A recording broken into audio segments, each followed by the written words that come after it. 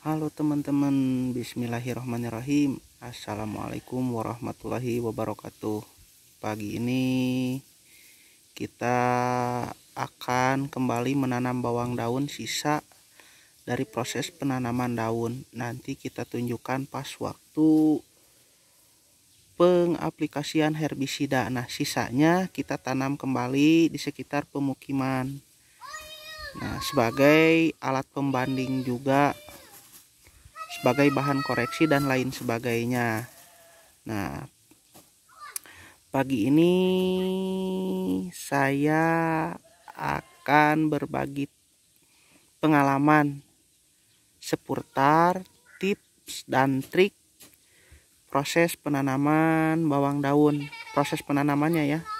Nah, jadi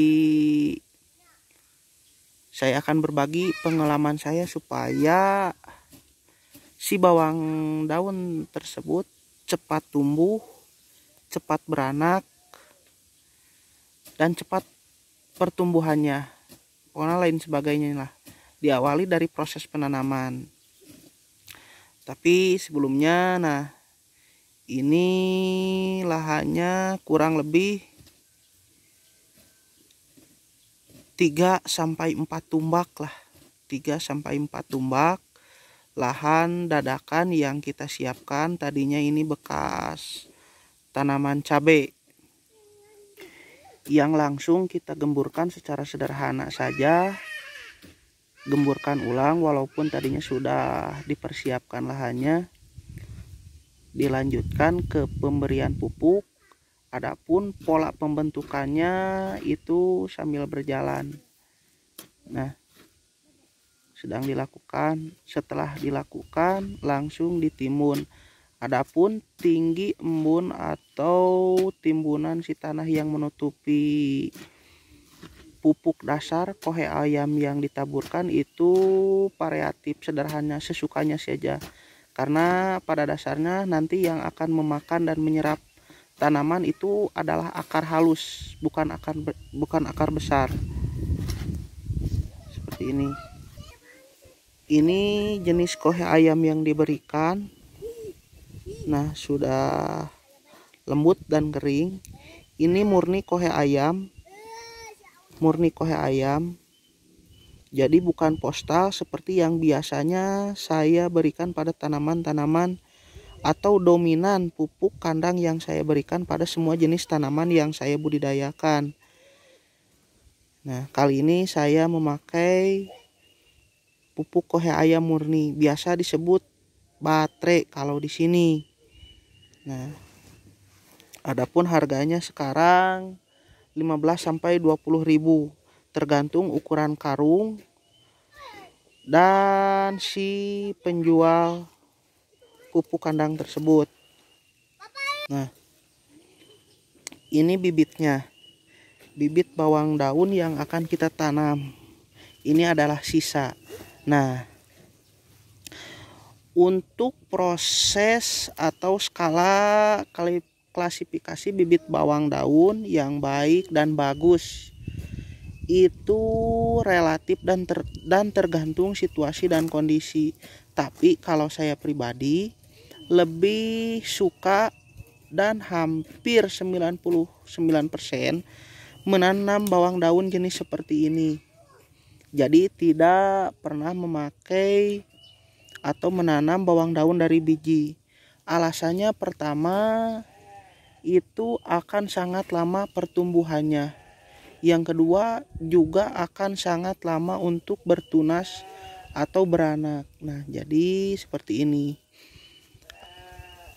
Di lain pihak, kenapa saya tidak memotong bawang daunnya tersebut? Nah, ininya tidak saya potong karena ini akan hidup kembali, bergenerasi kembali, tergantung cara perawatan dan pemberian pupuk apa yang kita berikan. Jadi kalau kita potong, menyisakan batangnya saja seperti ini, itu akan sangat lama. Jadi kita biarkan. Nah, ini contoh penggemburan ulang lahan pertanian yang akan kita tanami secara sederhana. Ini metode paling sederhana. Nah, ini hasil penggemburan penaburan pupuk yang langsung diberikan pola. Nah, hasilnya seperti ini, dan ini yang sudah ditanami. Nah, biasa untuk lebar bedengan saya biasa memberi 1 meter. 1 meter bersih. Nah, jarak tanam bisa disesuaikan, namun umumnya 1 jengkal atau 15 sampai 20 cm. Kita tanami 4 baris seperti ini. Kita tanami 4 baris, 1 2 3 4. Adapun lain hal sebagainya kita bebas berimprovisasi, mau langsung pakai tangan, mau pakai alat, ya silahkan. Nah, untuk skala lahan 4 tumbak ini sendiri disesuaikan, itu variatif tergantung bibit yang kita dapat. Tapi umumnya 50 sampai 60 kilo itu cukup lah kalau bibit seperti tadi. Adapun pupuk yang diberikan, pupuk kandangnya itu bebas.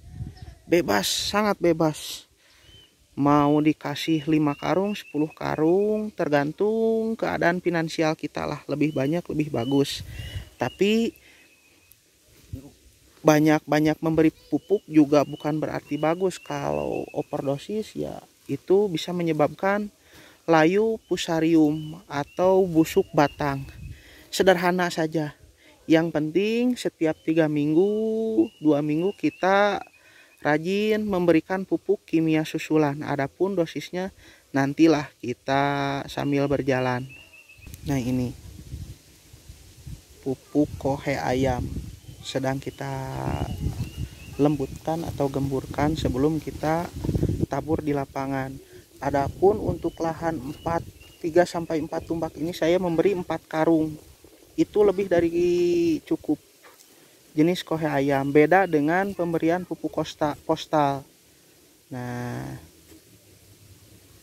kita berikan seperti ini. Kita tabur lalu kita tutup.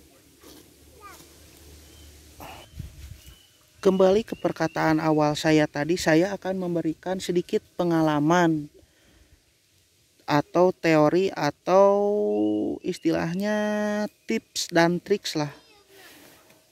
Cara menanam bawang daun supaya lebih cepat bertunas, beranak, dan lain sebagainya. Pertumbuhannya juga cepat. Nah, kita contohkan satu seperti ini. Nah, jika diperhatikan, nah dalam satu rumpun atau dapur tanaman bawang daun ini terdapat beberapa batang. Nah, ini tips yang pertama. Kita tilai dulu bawang daun atau jenis bibit bawang daun yang akan kita tanam. Nah, seperti cirinya seperti inilah. Kurang lebih seperti ini. Tapi di semua situasi dan kondisi akan sangat berbeda. Nah, caranya yang pertama kita lakukan, kita pecah menjadi beberapa bagian. Tips yang pertama ini. Nah, kita tidak boleh menanam satu batang bawang daun karena akan sangat lama bertunas.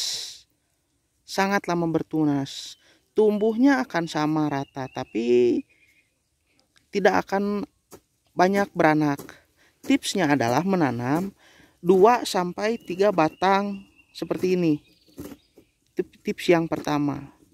Nah, jadi dalam satu rumpun ini kita pecah. Oh, seperti ini kita pecah menjadi beberapa bagian. Nah, seperti ini, selesai. Nah, adapun pecah seperti ini biarkan saja. Tips yang kedua, jangan kita potong daunnya. Jangan kita potong daunnya. Kenapa? Karena akan sangat lama untuk tumbuh kembali. Nah, kita biarkan saja seperti ini. Nah, jadi tips yang pertama, jangan menanam satu buah batang. Yang kedua, jangan kita potong daunnya. Kita biarkan seperti ini. Nah, tips yang ketiga ini yang paling penting. Ini yang paling penting. Yang paling penting, tips yang ketiga ini. Yang paling penting, yaitu cara menanam.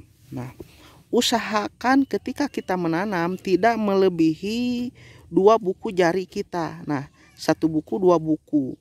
Kalau bisa, jangan 1 buku ini lebih bagus. Tapi biar pertumbuhannya normal dan padat ketika ditanam, itu tidak boleh melebihi 2 buku jari tangan kita ini. Nah, sekitar seginilah. Sekitar kurang lebih segini nih. Nah, dari perakaran ke sini. Nah, contohnya seperti ini. Nah, ini tangan. Kalau kita pakai tangan, colok. Nah, seperti ini. Nah, ini kita tambahi 1-2 batang lagi supaya akan cepat beranak. Nah, kita colok kurang lebih. Nah, seperti itu. Bisa langsung colok langsung. Kita colok langsung. Nah, tidak boleh terlalu dalam. Nah, karena secara logika itu akan pengap. Jadi susah untuk pertumbuhannya. Kurang lebih seperti itulah.